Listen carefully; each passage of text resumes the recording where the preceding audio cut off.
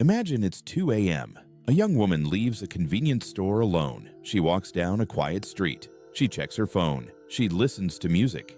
And she continues home without much concern. For many Koreans, this scene feels completely ordinary. It happens every day, millions of times. But for many visitors, it can feel surprising, sometimes even shocking. Because in many parts of the world, walking alone late at night requires caution. People avoid certain neighborhoods. They avoid certain streets. They avoid being alone. Yet South Korea has developed a reputation as one of the safest countries in the world. So why? Why does Korea feel safer than many people expect? Are Koreans simply more trustworthy? Are crimes less common? Or is something else happening beneath the surface? The answer is more complicated than most people think. Many foreigners arrive in Korea and notice small things. People leave laptops unattended in cafes. Customers reserve tables with phones and wallets. Packages sit outside apartment doors for hours, sometimes even days. In many countries, these behaviors would be considered risky.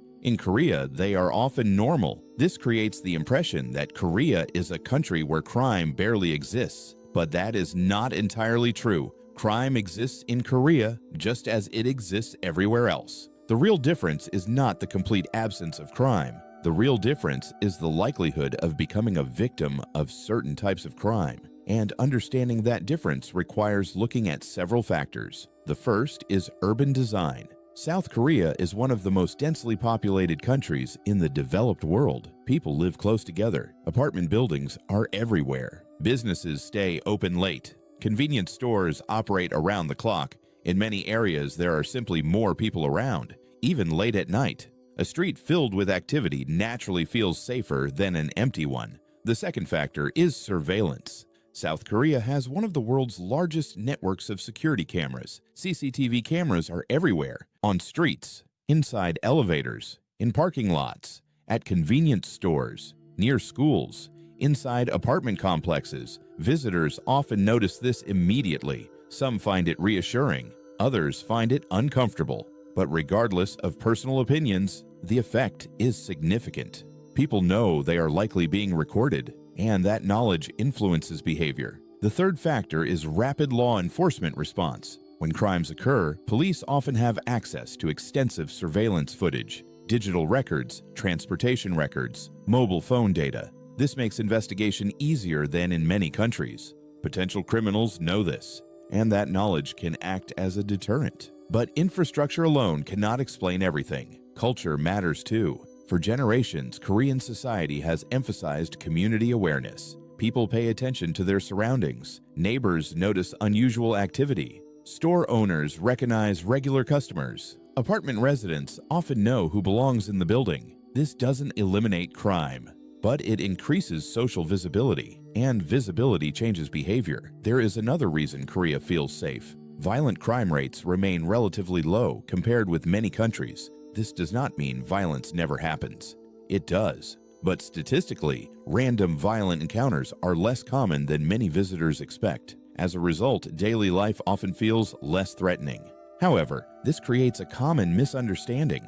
Some people assume Korea is completely safe. No country is completely safe. Korea still faces problems: stalking, fraud, cybercrime, domestic violence.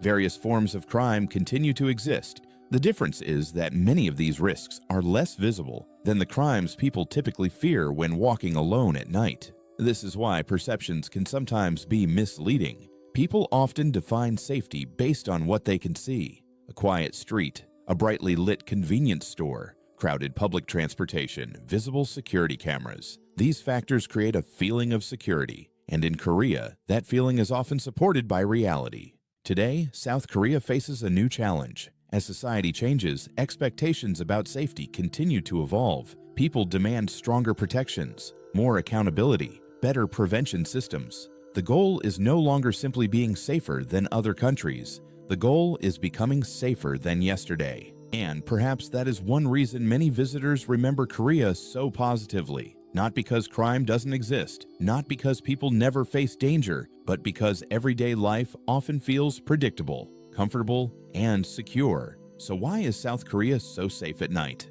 The answer is not a single law, not a single cultural value, and not a single government policy. It is the result of many things working together: dense cities, extensive surveillance, community awareness, efficient law enforcement, and decades of social development. Together, they created a society where a late-night walk home feels surprisingly ordinary. And sometimes, what feels ordinary to Koreans is exactly what surprises the rest of the world.